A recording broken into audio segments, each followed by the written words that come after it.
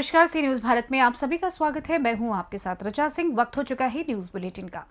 News bulletin में बात करेंगे आगरा की, जहां सर्विलांस सेल नगर जोन को मिली सफलता। साथ ही चर्चा होगी बरेली की, जहां सीबीगंज में युवती का शव मिलने से मचा हड़कंप। और बात होगी मेरठ की, जहां शादी के 3 दिन बाद ही दुल्हन हुई 9-2-11। और भी तमाम खबरों पर आइए करते हैं विस्तार से चर्चा। खबर आगरा से है, जहां सर्विलांस सेल नगर जोन को बड़ी सफलता मिली है। गत 2 माह में गुम हुए मोबाइल फोनों को यूपी कॉप व अन्य माध्यम से प्राप्त प्रार्थना पत्रों पर कार्यवाही करते हुए 121 मोबाइल फोन, अनुमानित कीमत 24 लाख रुपए बताई है। पुलिस उपायुक्त नगर सूरज राय के दिशा निर्देश में ये सराहनीय कार्यवाही हुई है। मोबाइल पाकर स्वामियों के चेहरे खिले और आगरा पुलिस का आभार जताया है।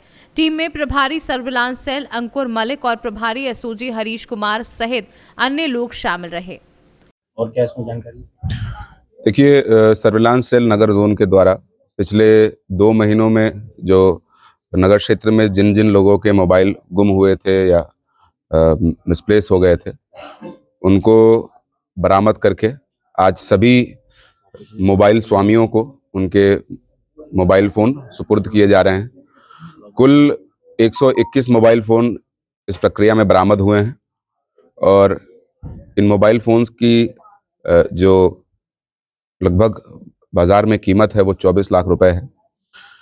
इनको आज यहाँ पे इनके ओनर्स को वापस दिया जा रहा है और भविष्य में भी, जैसा कि आपने देखा है, लगभग हर महीने ये कार्रवाई पुलिस कमिश्नरेट आगरा में की जाती है।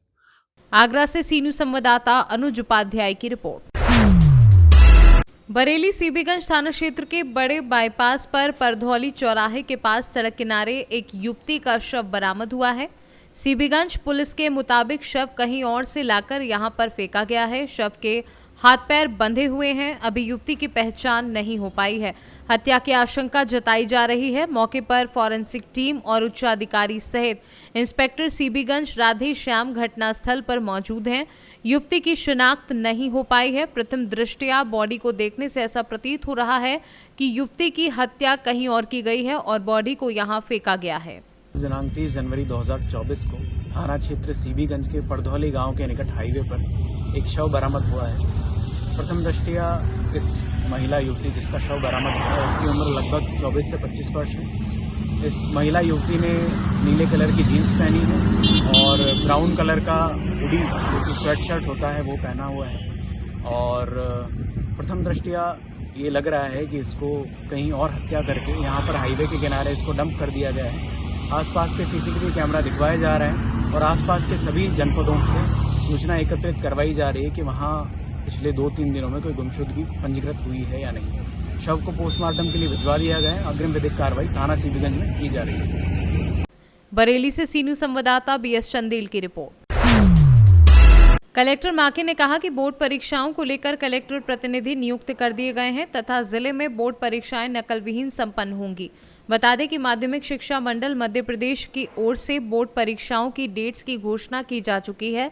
टाइम टेबल के अनुसार कक्षा 10वीं की बोर्ड परीक्षाओं का आयोजन 5 फरवरी से 28 फरवरी तक करवाया जाएगा। वहीं कक्षा 12वीं की बोर्ड परीक्षाएं 6 फरवरी से शुरू होकर 5 मार्च तक संपन्न करवाई जाएंगी। नकल यहाँ पहले भी नहीं होने दी जाती थी। मुझे याद है पूर्व में भी मेरी पदस्थी थी तो हाई स्कूल और हायर सेकेंडरी के एग्ज़ाम्स में हम पूरा ध्यान रखते थे और केस भी बनाते थे अगर ऐसा कोई केस बनता था। इस बार शुरू से ही बहुत सख्ती रही है। माननीय जब से नई गवर्नमेंट आई है, एक्स्ट्रा इस पर निर्देश हैं कि बिल्कुल किसी भी प्रकार की नकल नहीं होने देनी है। उस क्रम में कलेक्टर के प्रतिनिधि व्यवस्था नई शुरू की गई है, जिसमें परीक्षा प्रारंभ होने के बाद ही वापस लौटेंगे कलेक्टर प्रतिनिधि।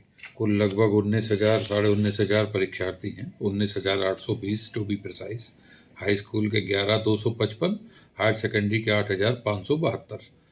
तो 5 तारीख से हाई स्कूल और 6 तारीख से इंटरमीडिएट या हायर सेकेंडरी हिंदी की परीक्षाएं प्रारंभ हैं। 3 मुख्य और पेपर अलग से भी होते हैं। 10वीं के लेवल पे बात करें तो साइंस, अंग्रेजी और मैथ्स का, और इंटरमीडिएट लेवल पे करें तो फिजिक्स, केमिस्ट्री और मैथ्स का, और अंग्रेजी ऑफ कोर्स। ये ध्यान रखने होते हैं। इनमें ज़्यादा नकल की संभावना रहती है। हमारी कोशिश है कि अच्छे से अच्छा परफॉर्मेंस नतीजा इस मामले में दें। दतिया से सीनू संवाददाता सुमन दांतरे की रिपोर्ट। पुलिस की बर्बरता का मामला सामने आया है। बता दें कि हरदोई के कासिमपुर थाना की चौकी गौसगंज क्षेत्र में कहली निवासी राम अवतार की पत्नी ने पुलिस पर आरोप लगाते हुए पुलिस अधीक्षक हरदोई को प्रार्थना पत्र दिया है, जिसमें पीड़िता ने क्या कुछ कहा है, आइए आपको सुनाते हैं पीड़िता की जुबानी। क्या नाम है आपका? जय कोरा। कहाँ रहती हैं? कहली।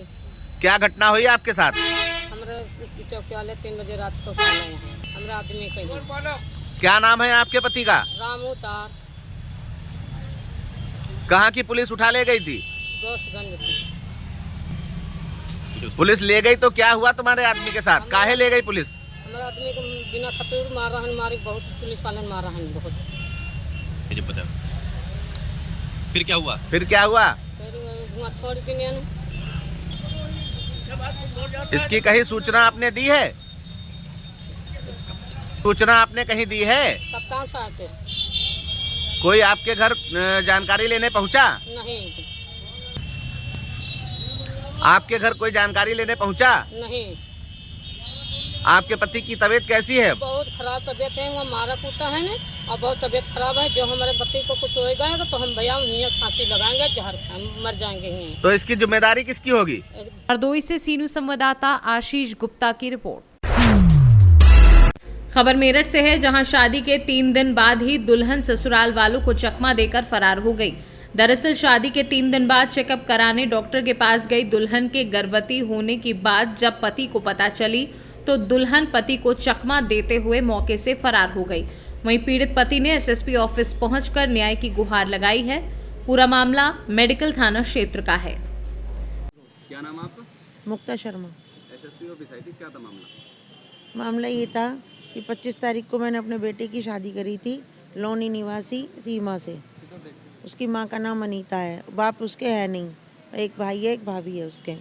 और नीली छतरी वाले मंदिर दिल्ली में शादी हुई।